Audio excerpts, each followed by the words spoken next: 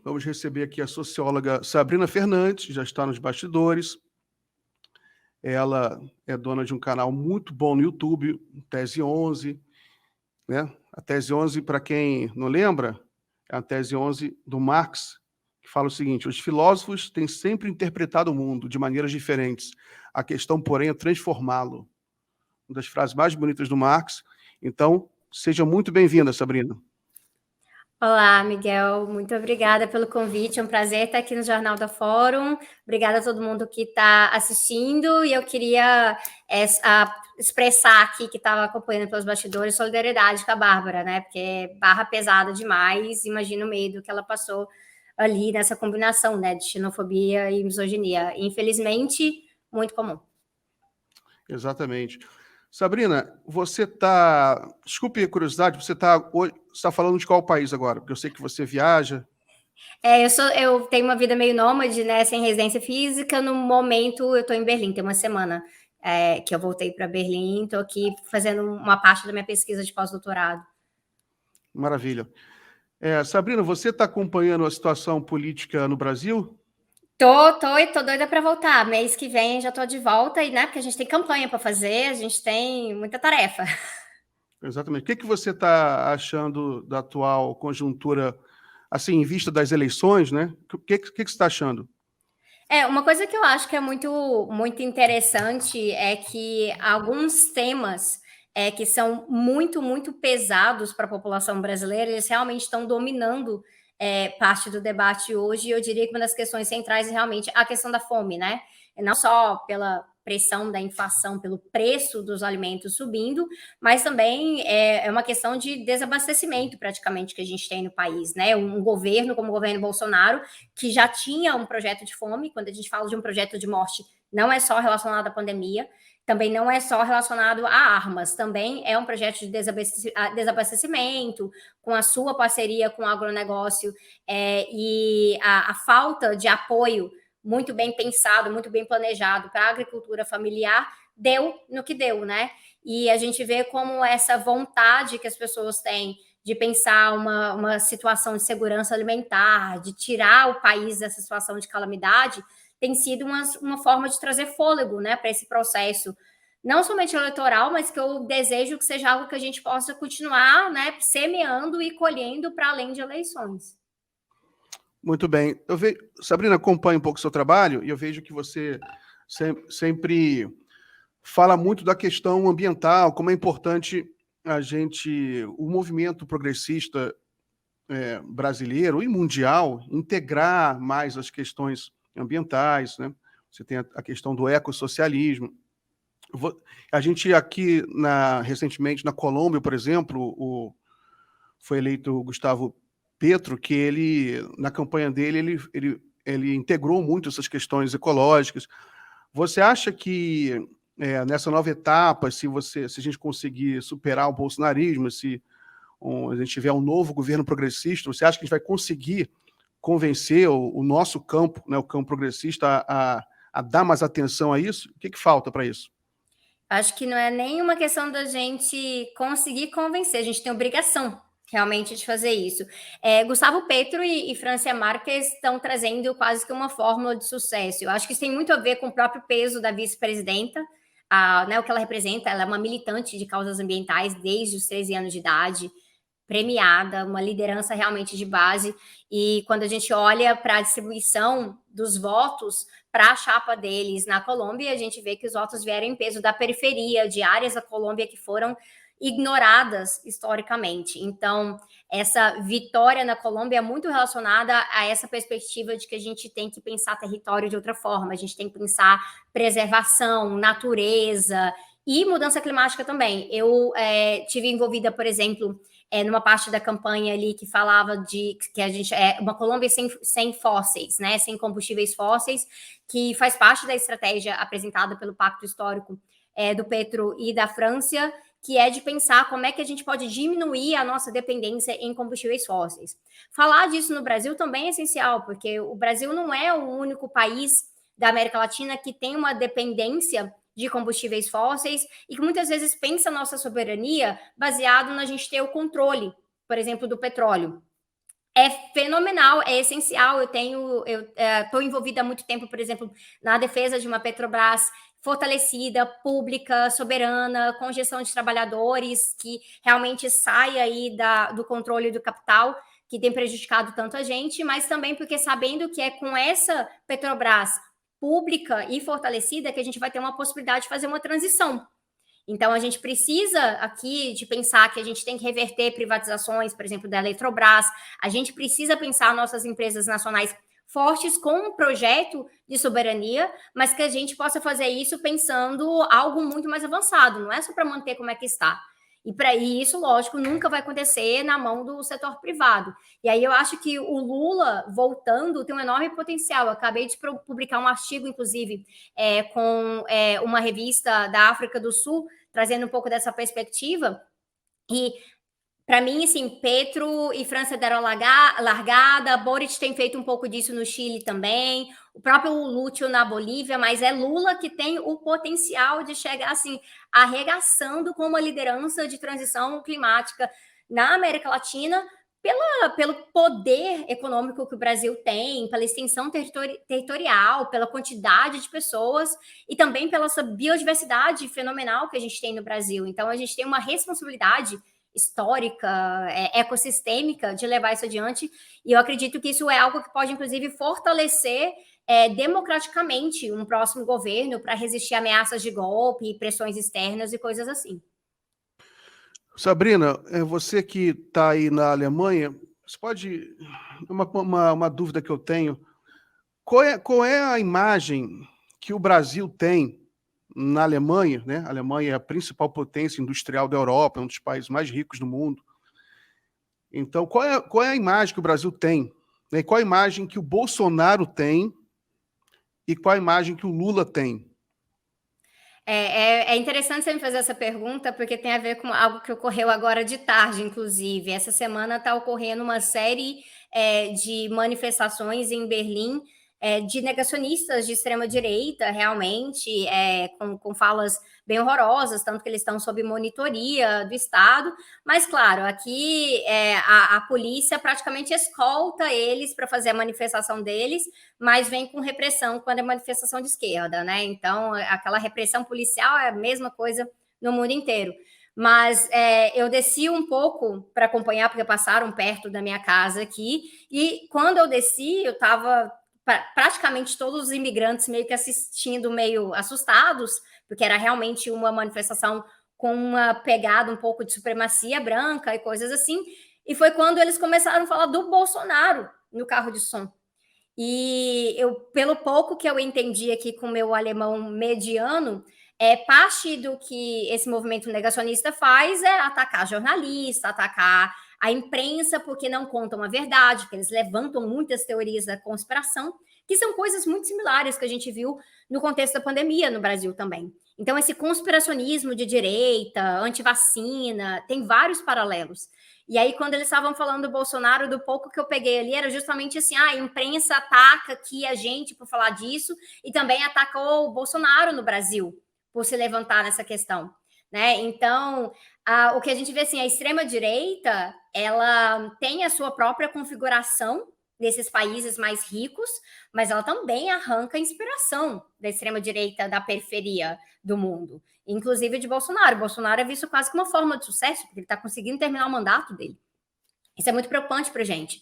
Ao mesmo tempo, pessoas com bom senso, no geral, uma lógica mais progressista, quando perguntam, Brasil, falam assim meio preocupado, nossa, o presidente de vocês é difícil, né? Complicado, tá muito ruim lá. Então, existe uma ideia, para quem conhece a figura do Lula, de que é importante tá fortalecendo essa campanha e falar, ouvi falar que ele está indo bem nas pesquisas, tomara, mas mesmo assim o pessoal levanta a hipótese. Você acha que Bolsonaro vai fazer que nem o Trump e as pessoas lá no Capitólio? Eles sempre fazem essa pergunta. É verdade, existe um receio aqui de algum tumulto criado por Bolsonaro, sobretudo agora no 7 de setembro, né, durante o evento que ele fez no Maracanãzinho, no Rio de Janeiro.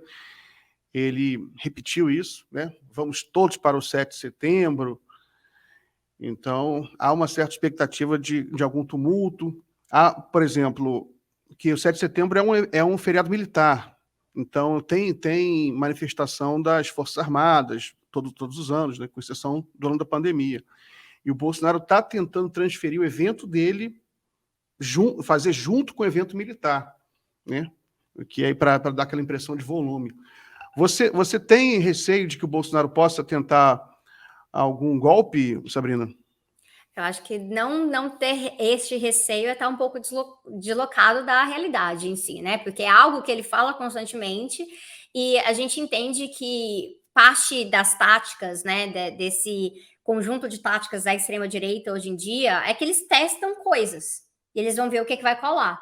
Então, eles testam para ver se vão conseguir trazer gente suficiente para isso. E aí, se não conseguirem, eles falam: não, a gente estava falando para falar. Não era exatamente isso que a gente estava conclamando. Então, aí eles jogam um pouco para baixo. Mas se der certo, melhor para eles. O 7 de setembro, ano passado, foi um pouco assim, né, Miguel? Bolsonaro, os empresários, eles colocaram muito dinheiro para quem estava ali no campo dele, para tentar levar a gente, principalmente para Brasília. Quando eles não conseguiram levar a gente suficiente, eles diminuíram um pouquinho o tom da coisa, mas era visível que Bolsonaro estava decepcionado.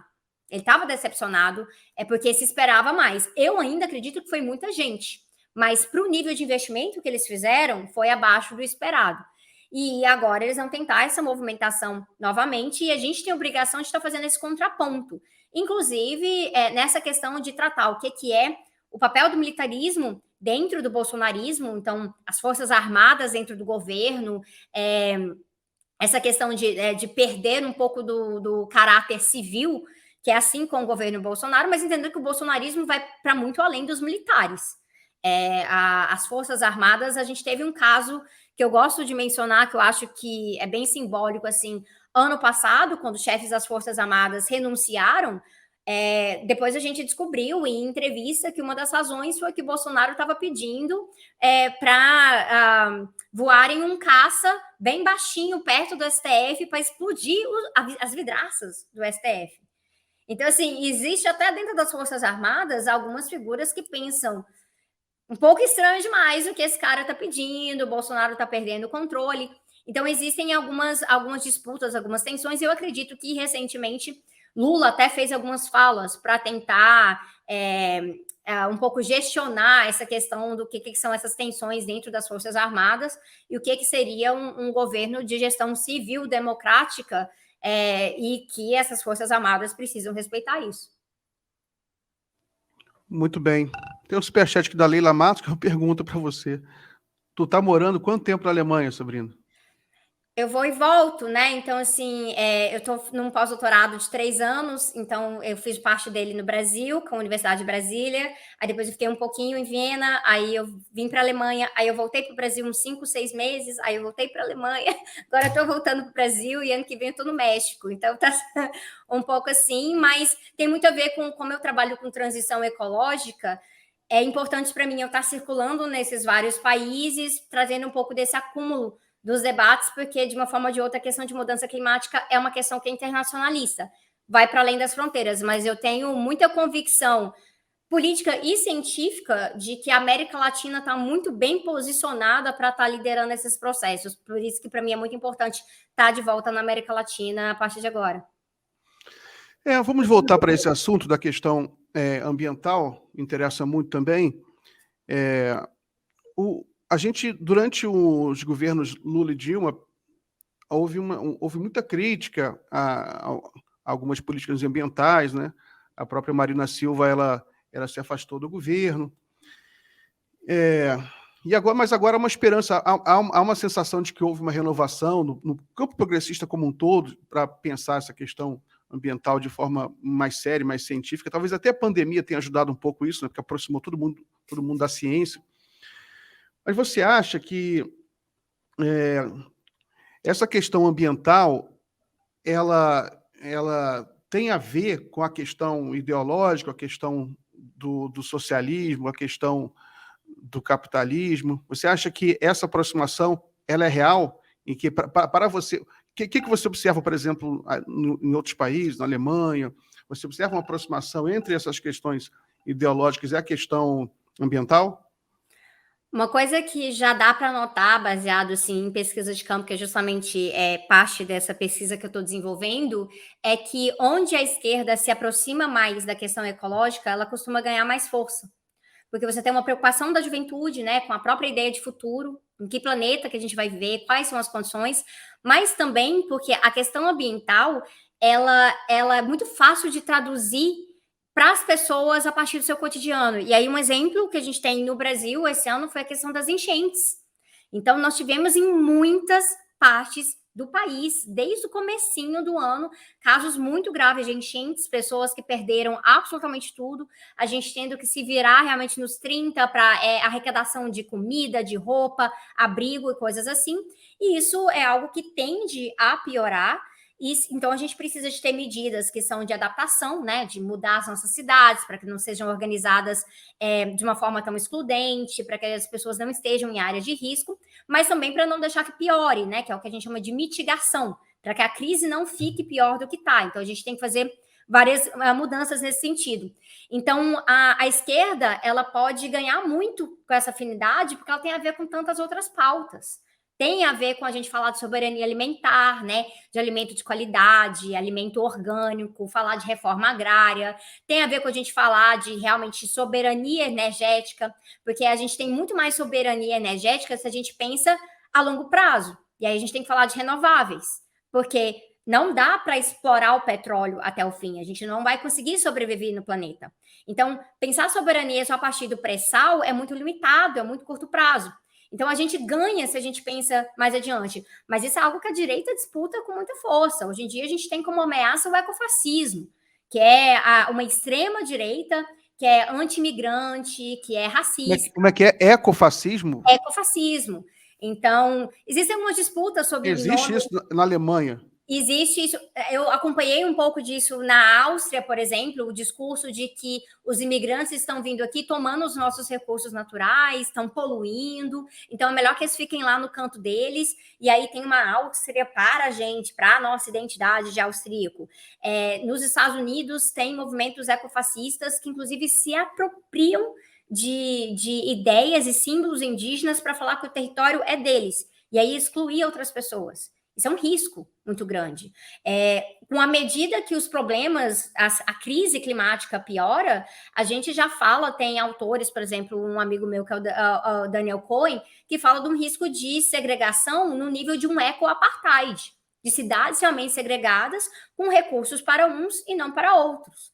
Então, isso é algo que já se baseia nas desigualdades atuais e pode muito bem piorar. Então, por isso que a gente tem que se apropriar de uma política progressista que realmente avance nessa pauta, antes que o lado de lá veja que isso é uma oportunidade para eles crescerem. Sabrina, eu acredito que exista isso, ecofascismo, mas aqui é uma grande imbecilidade, né? Porque a questão ecológica, evidentemente, tem a ver com uma gestão do planeta, né? Uma gestão inteligente, democrática de todo o planeta, que inclua a raça humana, né? Que a raça humana também faz parte do meio ambiente, né? A gente somos animais um pouco assim agressivos, né? Mas também somos animais, somos a natureza, né? Também. Somos a natureza. Uhum. Mas essa questão ambiental aqui no Brasil, por exemplo, você tem alguns grupos de pessoas que se titulam de esquerda, mas que acabam aderindo a um discurso meio agressivo contra essa questão ambiental, né? Por exemplo, em São Paulo a gente está vendo o surgimento de um pequeno núcleo, ainda não é muito significativo, mas trabalha a questão do nacionalismo de uma forma um pouco obtusa, né? Aí ficam criando teorias de conspiração contra ONGs que querem tomar a Amazônia, né? Então, talvez isso aí se aproxime desse ecofascismo aí que você está... Quer dizer, não, isso não é nem ecofascismo. Não seria ecofascismo, mas é um negacionismo de esquerda um pouco perigoso, né? Porque assim, o ecofascismo é um negacionismo de direita, porque ele finge tratar de questão ecológica, mas ele está negando a raiz do problema e ele está oferecendo uma falsa solução, porque é solução só para os privilegiados e deixando o resto do planeta das outras pessoas morrerem. Então, é um tipo de negacionismo. Outro tipo de negacionismo é esse clássico né, de parte do governo Bolsonaro, não completamente, de falar que não existe mudança climática, coisa que o Trump engajou, mas algo interessante para se notar sobre o governo Bolsonaro é que ele engaja com o negacionismo ecológico, numa postura antiecológica, para poder se apropriar disso. Então, o atual ministro do Meio Ambiente, ele tem políticas realmente de mercado de carbono, políticas, teve na última negociação na ONU ano passado na Escócia, eu estava lá acompanhando, o stand do Ministério do Meio Ambiente do governo Bolsonaro era falando que o Brasil é o futuro da economia verde, que também é um tipo de negacionismo, porque é de falsas soluções capitalistas que vão seguir, que não vão resolver o problema e vão seguir se apropriando do planeta. Mas a esquerda não pode cair nessa armadilha de confundir um pouco as bolas, e a gente vê isso, às vezes, com o próprio discurso do anti-imperialismo. Então, nós entendemos, sim, que se os países imperialistas, né, se esses estados muito poderosos, principalmente com o seu poder militar, quiserem se apropriar dos nossos biomas, eles podem realmente usar do seu capital e do seu poder militar para fazer isso. E a gente tem que ter uma postura anti-imperialista nesse sentido. Mas isso não significa falar que, então, o problema não existe. E eu já cheguei a ler, assim, de base sindical de esquerda, falando que mudança climática é uma invenção do imperialismo para impedir a gente de se desenvolver. Então, absurdo a gente ter esse tipo de postura anticientífica na esquerda. Então, a gente tem que separar um pouco as coisas para ter uma tática que eu acredito que o nosso anti-imperialismo ele é muito mais forte se a gente reconhece o problema e fala, temos a capacidade de cuidar desse problema aqui e oferecer uma solução. A gente não precisa de uma intervenção de fora. Mas isso também passa por internacionalismo e eu acho que isso passa por uma leitura muito da América Latina, olhar para os nossos países vizinhos, que estão se desenvolvendo numa nova maré rosa, né, que a gente chama, governos progressistas voltando, e tirar vantagem desse acúmulo de forças desses governos progressistas para pensar umas políticas de integração regional que sejam mais sustentáveis também. Sabrina, tem uma pergunta aqui de um internauta. Professora Sabrina, existe o risco da pauta ambiental, que é urgente e necessária, acabar sendo sequestrada de forma ardilosa pelos progressistas liberais, como ocorreu em parte com outras pautas? Não somente existe o risco, mas esse é o grande problema central hoje. O maior negacionismo que a gente tem não é o negacionismo que fala que não existe mudança climática. O maior negacionismo que a gente tem hoje é dessa apropriação liberal que fala que o capitalismo vai resolver o problema. Por quê? Primeiro, se nega que foi o capitalismo que está gerando esse problema. A gente fala que sim, seres humanos fazem parte disso, mas é extremamente desigual. É um sistema que faz parte da sociedade humana, mas que é baseado em extrair recursos do planeta como se eles fossem infinitos, e eles não são. E vai gerando cada vez mais resíduos, gerando cada vez mais emissões. E a proposta do que a gente chama de capitalismo verde é uma proposta que permite com que bilionários fiquem cada vez mais ricos nesse processo, gerando novos mercados, e que as pessoas acreditem que, às vezes, pequenas mudanças de consumo vão ser suficientes. E não vai. Claro que mudança individual é importante. Ela educa, ela faz com que a gente pense em possibilidades, mas a gente precisa de mudanças mais estruturais que mexem realmente em como a gente produz as coisas, em como que a gente organiza a sociedade. E aí a gente acaba fazendo esse contraponto ao capitalismo verde, que é a grande ameaça hoje em dia. O mercado financeiro está completamente investido nesse tipo de falsa solução. Outro ponto que eu queria ouvir a opinião sua, Sabrina, sobre essa questão da gestão internacional, né, dos problemas ambientais, porque no fundo se trata disso também, né? A questão ambiental é uma questão global, né? Questão planetária. Não adianta se resolver um problema num país, né, e não resolver em outro. Como você entende que a gestão global deveria ser, por exemplo, a ONU deveria ser fortalecida? Como evitar que interesses imperialistas acabem sobrepondo e se utilizando dessa necessidade de haver uma coordenação internacional? Como você acha que a gente pode resolver isso? Eu pesquiso a ONU em relação a mudanças climáticas tem 11 anos agora e já acompanhei algumas das negociações e eu posso falar muito claramente que a única razão que a gente meio que se envolve com aquilo ali é para não perder de WO, porque é um jogo que é completamente moldado para os interesses do capital. A ideia ali é realmente uma ideia de as corporações vão ajudar, e são esquemas que realmente não resolvem, porque se fazem acordos, você não consegue garantir que os países cumpram com esses acordos. Por exemplo, uma grande falha do sistema da ONU em relação à mudança climática é que não se contam emissões militares quando a gente vai contar as emissões dos países. Isso é voluntário. Então, o país pode decidir se ele fala, ó, a gente teve emissão de gases de efeito estufa das nossas forças armadas, e foi tanto. Mas eles podem não fazer isso, eles podem contabilizar só o que eles querem. Então, é muito falho nesse sentido. E o jogo da ONU ele é muito estruturado numa lógica baseada nos grandes doadores, né? E aí, outro problema que a gente encontra ali é que já existe uma previsão nesses acordos para que os países mais ricos transfiram valores para os países mais pobres poderem fazer adaptação climática e coisas assim. Eles nunca bateram nenhuma meta anual. Eles sempre dão muito abaixo e quando eles entregam é muito mais em formato de empréstimo do que de realmente você fazer uma doação de um valor para um projeto.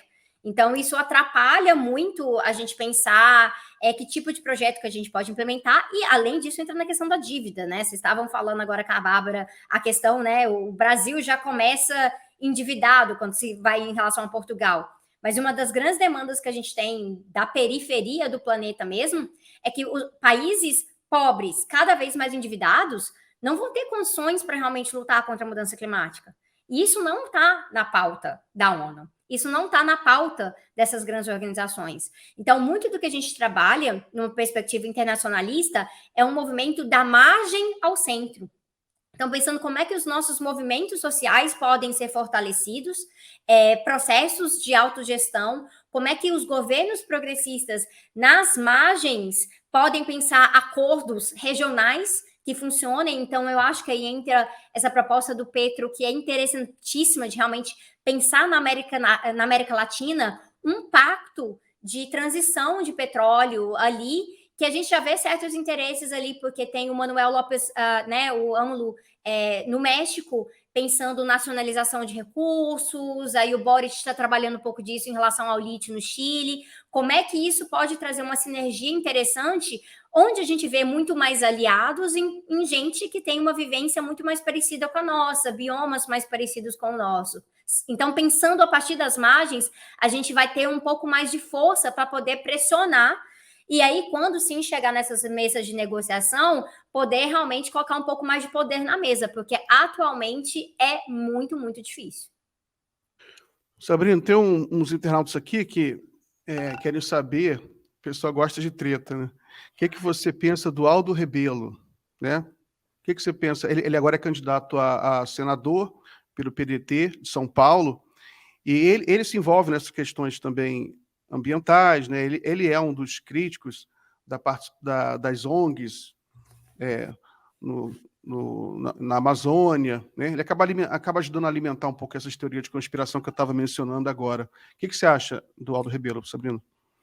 Eu acho que é bom a gente, na questão da ONG, a gente tem que falar de uma coisa que é real. Então, assim, existem ONGs que estão ali dentro de uma agenda de capitalismo verde, que estão pensando ali como que a gente pode criar um pequeno mercado de carbono, por exemplo, um estoque de créditos de carbono a partir de uma unidade de conservação. Então, é sim o nosso papel de estar muito atento de onde que está vindo esse dinheiro, como é que é essa gestão.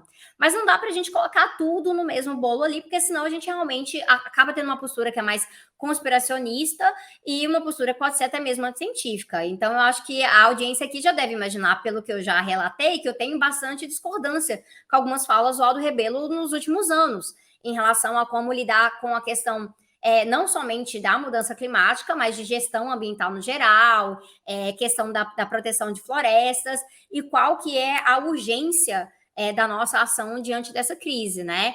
Eu sou uma pessoa que não costumo fazer política de disputa individual, assim, personalista, até porque eu acredito que pessoas têm capacidade de mudarem de ideia, de pensarem de uma outra forma. Então, para mim, vale muito mais se talvez o Aldo Rebelo pudesse abrir os olhos reais, né, realmente para esse problema e entender que a gente tem muito mais vantagem, a gente pode ganhar muito mais como povo brasileiro encarando o problema da crise ambiental, né, bem de frente, abraçando isso e pensando políticas mais populares nesse sentido, do que engajar com essas ideias de que está atrapalhando o nosso desenvolvimento, ou que é um entrave para o país. Tem uma forma de pensar desenvolvimento em um outro modelo que pode ser vantajoso para a maior parte da população. Eu vou falar para todo mundo porque quando a gente está falando de luta de classes, tem sempre um pouquinho ali que vai perder.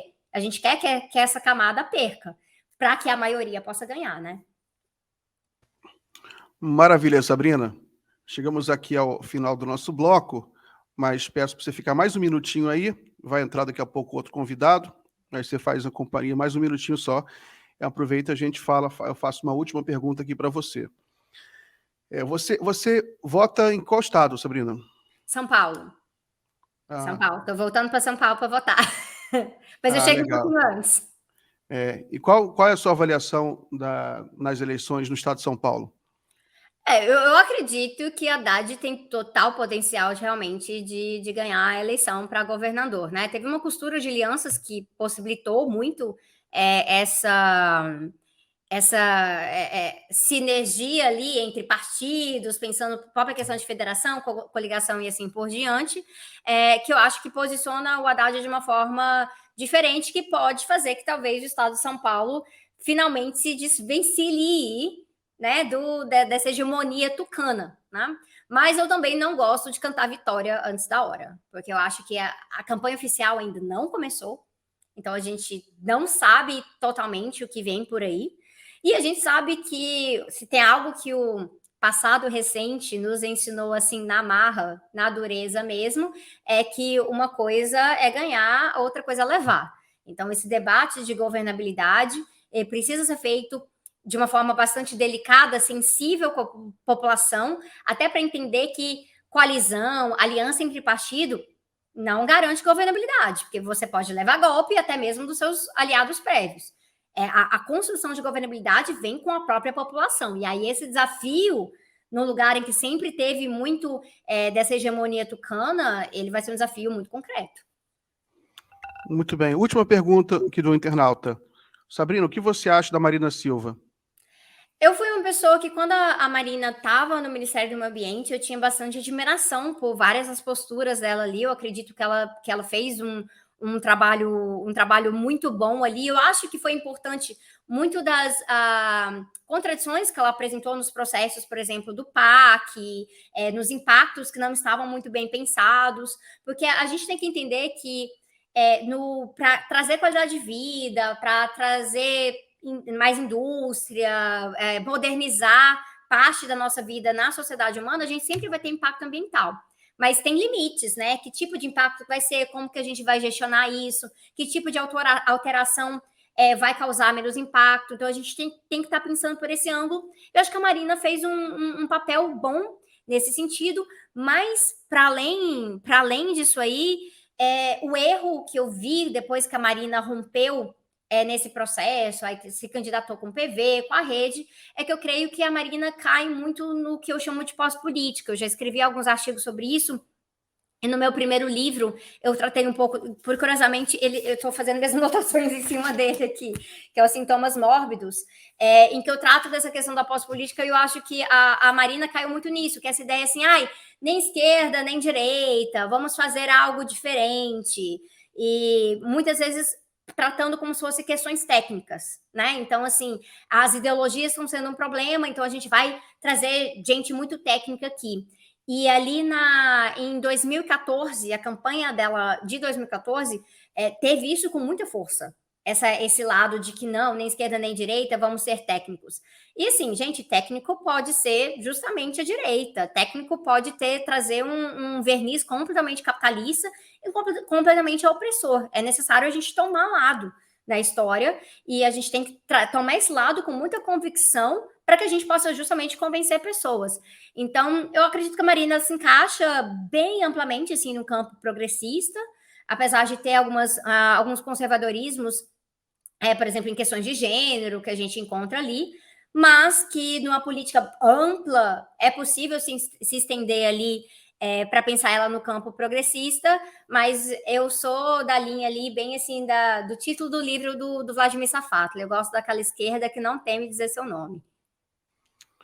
Muito bom, Sabrina. Muito bom, muito obrigado pela conversa, muito bom. Um grande abraço para você, boa sorte. Obrigada, Miguel. Prazer ter estado com vocês aqui hoje. Tchau, tchau. Valeu.